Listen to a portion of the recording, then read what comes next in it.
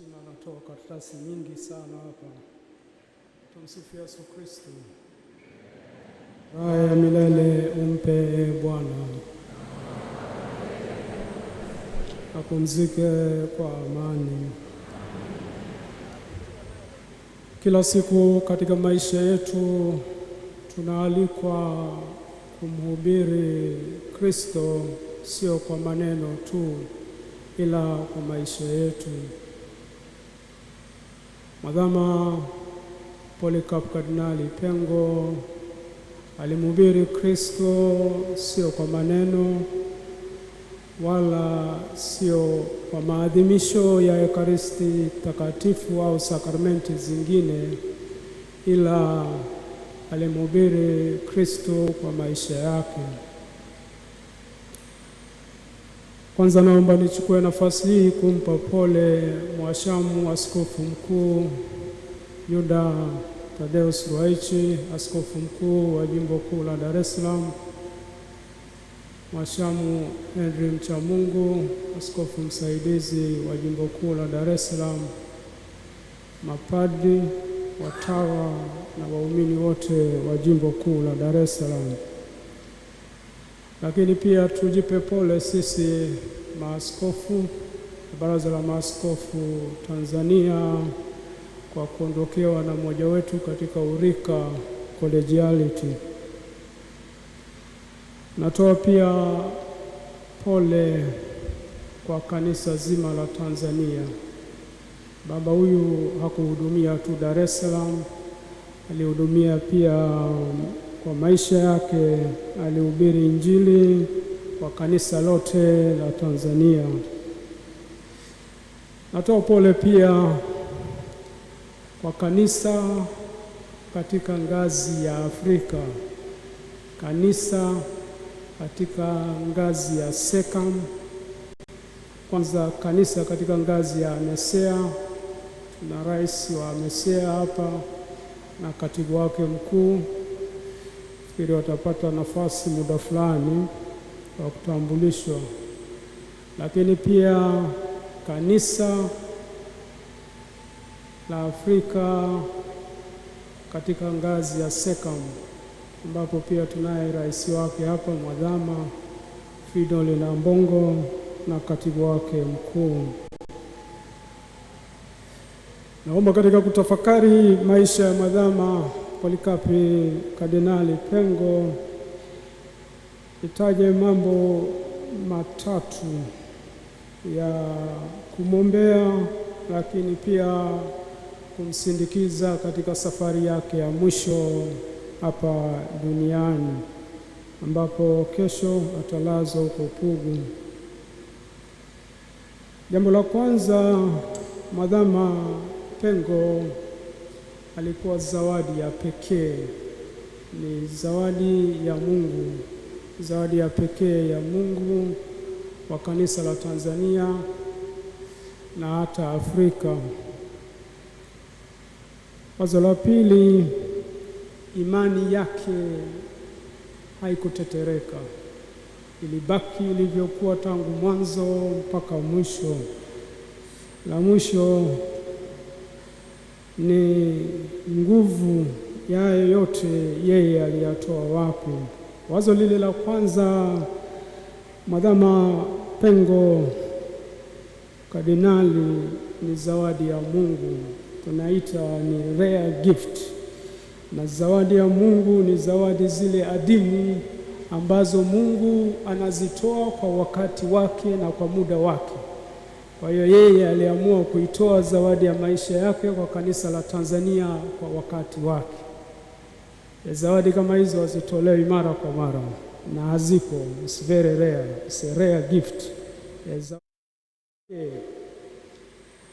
Na kama walivyo viongozi wengine wakuu duniani hata popote, au walivyokuwa manabii, walivyokuwa mitume wengine, ni zawadi ambayo mithili yake ni hiyo, kwamba yeye alikuja kwa wakati na ilikuwa zawadi. Na zawadi kama hizi mara nyingi hazirudiwi. Mungu anaamua tu kwa wakati wake unaofaa na akaitoa. na aliitoa katika nafsi ya mwanadamu, zawadi adimu kabisa, zawadi ya maisha yake. Kama tulivyosikia historia ya maisha yake, sina wasifu wake, sina nia ya kurudia kwa sababu tumeshasikia, lakini kutaja mambo machache tu ili kusindikiza hilo wazo la kusema kwamba yeye ni zawadi ya pekee. Mwadhama, kama walivyosema kwamba ni baraza la maaskofu kama padri lilimgundua kazi ambayo wanafanya mpaka leo, kwamba padri huyu ana vipaji vya pekee. Kwa hiyo padri huyu anatakiwa kuendelezwa, na kwa sababu anatakiwa kuendelezwa ili asaidie kanisa si tu katika ile ngazi ya jimbo lake husika, lakini ya ngazi ya taifa.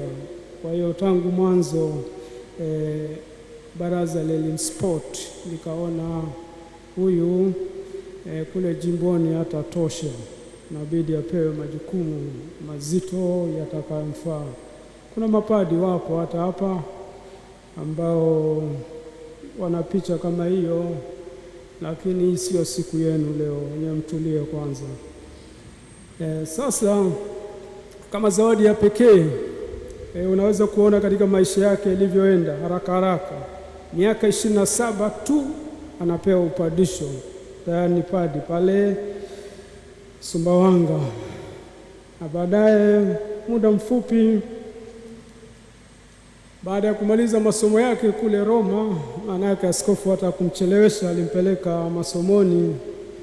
Mwaka 77 anarudi, anaanza kufundisha Kipalapala seminari kuu. Anakaa mwaka moja tu anakaa. Wengine wanaendaga pale in service mpaka miaka 5 bado wanafanyiwa in service mpaka akae sawa in service, alafu ndio uende shule. Mwaka moja anakaa, baadaye anapelekwa Segerea kuanzisha seminari kuu Segerea, moja kwa moja rector. Mwaka moja, hakuhitaji mentorship, uwezo wake ulitosha kabisa, alitosha. Anafanya ile kazi kwa miaka 5 na 83, akiwa na miaka 39 tu anateuliwa kuwa askofu wa Nachingwea. Wengine hawajui Nachingwea iko Lindi, naweza kuja kuiona. Anateuliwa askofu pale. Cha ajabu, anateuliwa kuwa askofu, anafika jimboni tayari ana mawazo wa kuihamisha jimbo kutoka Nachingwea kuipeleka Tunduru Masasi. Ni akili ya wachache tu wangeweza kufanya hiyo na uthubutu. Kwanza Tunduru huko wanakoenda Wakristo ni wachache, Nachingwea huko wanakoacha Wakristo ni wengi zaidi. Lakini yeye akasema, mimi nataka kubomoa lile ngome, na ili nibomoe ile ngome lazima nijenge kanisa la kathedrali pale katikati Tunduru, na baadaye jimbo linaitwa Tunduru Masasi. Kiti chake kipo leo mpaka pale Nachingwea, ambacho alikikalia mara moja, mimi naikalia pia kwa sababu iko kwenye himaya yangu. Kwa hilo sihitaji ruhusa ya mtu yoyote. Sasa 84, miaka 3 tena. Unaona kwamba he didn't need any mentorship. Miaka 3 tena kukaa pale Tunduru Masasi, amepewa jukumu kubwa la kuanzisha jimbo na miaka 3 baadaye tayari ameshatosha kuja jimbo kuu la Dar es Salaam. Porini kule Tunduru Masasi, amba askofu wa Masasi, Tunduru Masasi anisamehe, jirani yangu, lakini tutaelewana. Sasa katika miaka 3 anakaa. Kwa hiyo 80, mwaka 90 anakuja Dar es Salaam kama askofu mwandamizi. Miaka 8 baadaye tayari mwadhama 98. Kwa hiyo unaweza kuona ile trendi kwamba ni zawadi ya pekee, zawadi ya Mungu. Katika somo la pili tulilosoma, Paulo mtume kwa Waefeso sura ya 4 mstari wa 11 mpaka 16, Paulo anafananisha watu wa namna hiyo ni watu ambao wamekomaa katika imani, sio kama watoto wachanga, sio kama watoto wanaonyonya. Watu wengine imani, watu wazima, lakini imani kama watoto wachanga, kama wanaonyonya. Kwa hiyo yeye Paulo mtume katika barua hii somo hili la pili kwa Waefeso anamlinganisha kama mtu mzima.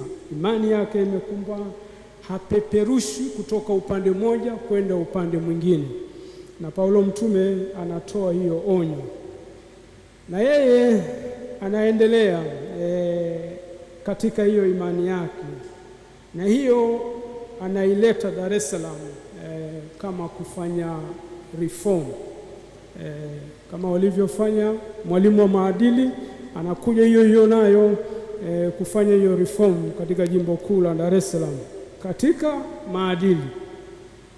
Hao mapadi wa Dar es Salaam aliwanyosha, hata nyinyi dada wadogo aliwanyosha, hamkuwa na mahali pa kwenda, ndio maana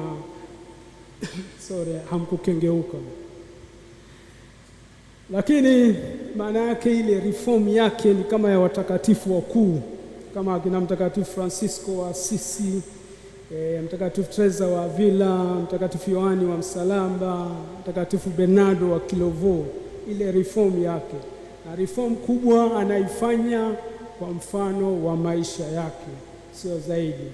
Na anaendelea kwa kusema kwamba yeye Paulo mtume katika barua yake ile, katika somo lake ile la pili Efeso sura ya 4 mstari wa 11 mpaka 16, anasema yeye alikuwa mtu mwenye ukweli, ambaye tulisikia pia katika somo hilo, na anatoa wajibu kwa watu mbalimbali. Kwa hiyo kwa kweli yeye kama mwalimu, yeye kama mchungaji, yeye kama mfuasi wa mitume, kama ile barua inavyoeleza, hakufundisha tu Dar es Salaam. Kwa kweli amefundisha kanisa la Tanzania. Mambo mengi Tanzania kanisa limejifunza. Waheshimiwa washama askofu labda wanaweza usikubaliana na mimi katika hili, ila I am convinced kwamba mengi tumejifunza kutoka kwake.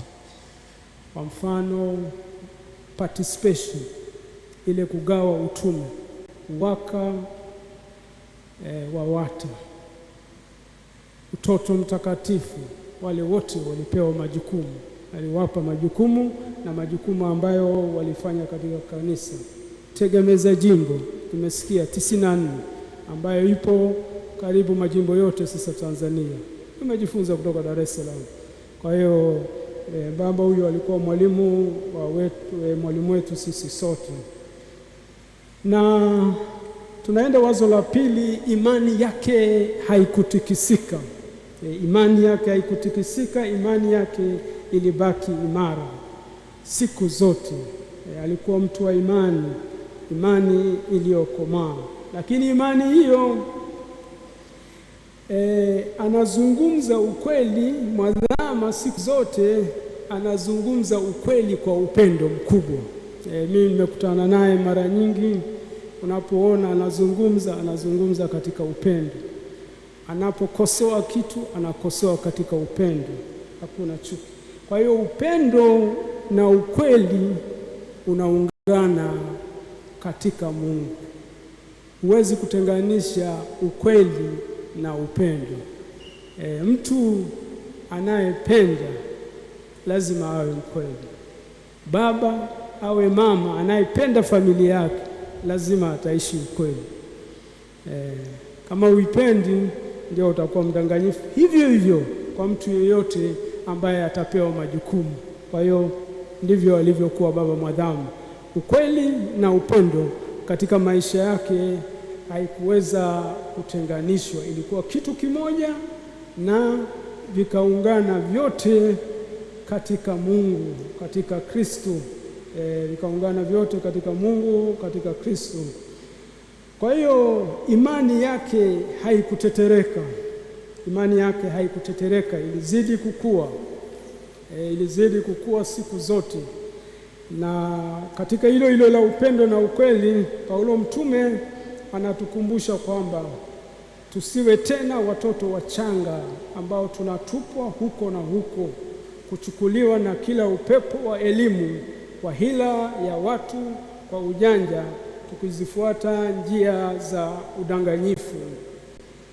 Na hiyo ya upendo, Paulo mtume katika barua yake ya kwanza kwa Wakorintho sura ya 13 mstari wa kwanza anasema, nijaposema kwa lugha za wanadamu na za malaika, kama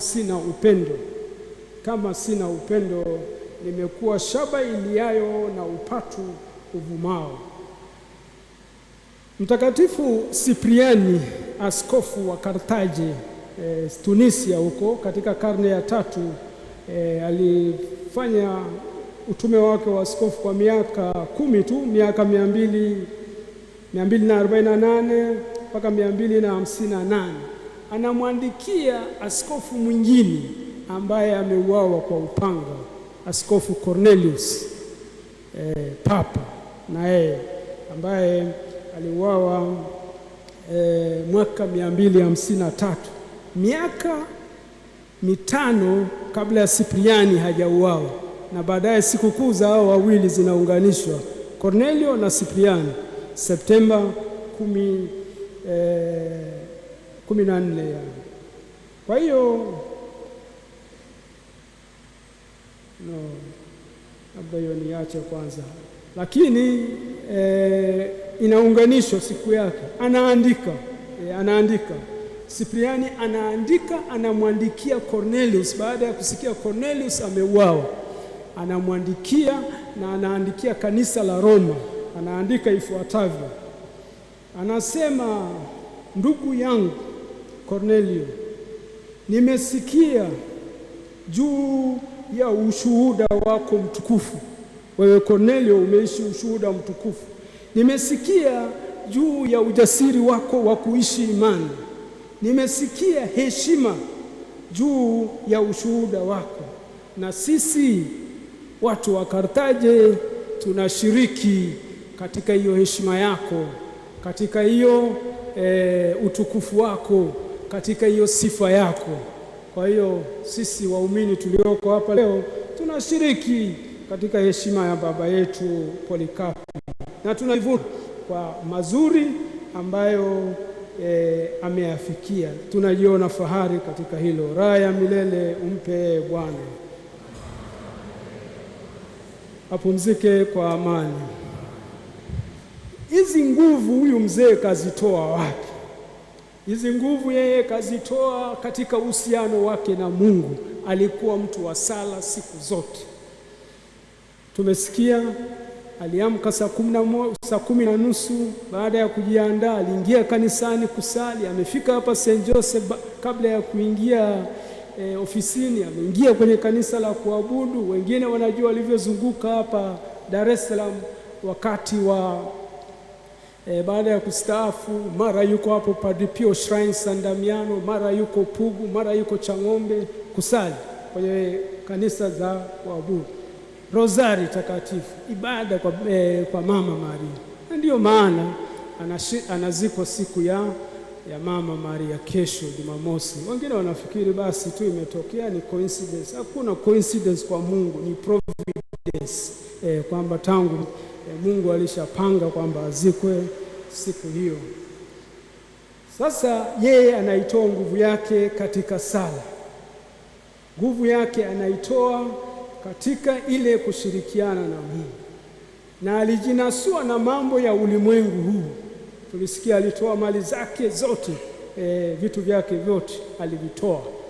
Hakuwa na mali ya binafsi, hakuwa hata na akaunti binafsi, hakuwa nao. Watawa wengine hapa utawatoa macho ukiwaambia wasiwe na akaunti. Hakuwa nayo. Yeye hakuwa nayo akaunti. Madhambi askofu mkuu, hakuwa na akaunti binafsi. Simu wengine wanasema alikuwa nayo, mimi sikuwahi kumwona wala sikuwahi kumpigia. Mimi nilimpata kupitia wasaidizi. Alikuwa anashangaa mapadi wanaingia ofisini pale wanamwaga simu 3 mezani pale, wakati mzee hana hata simu moja, na mzee anaombea huruma, hivi wanazibebaje na wanazitumiaje? Sasa hakuwa na vitu vya dunia hii, hakuwa na kitu katika dunia hii, alijinasua, hakuwa wa dunia hii. Na ndio maana tunasema taa yake ilikuwa inawaka katika lile somo la Injili.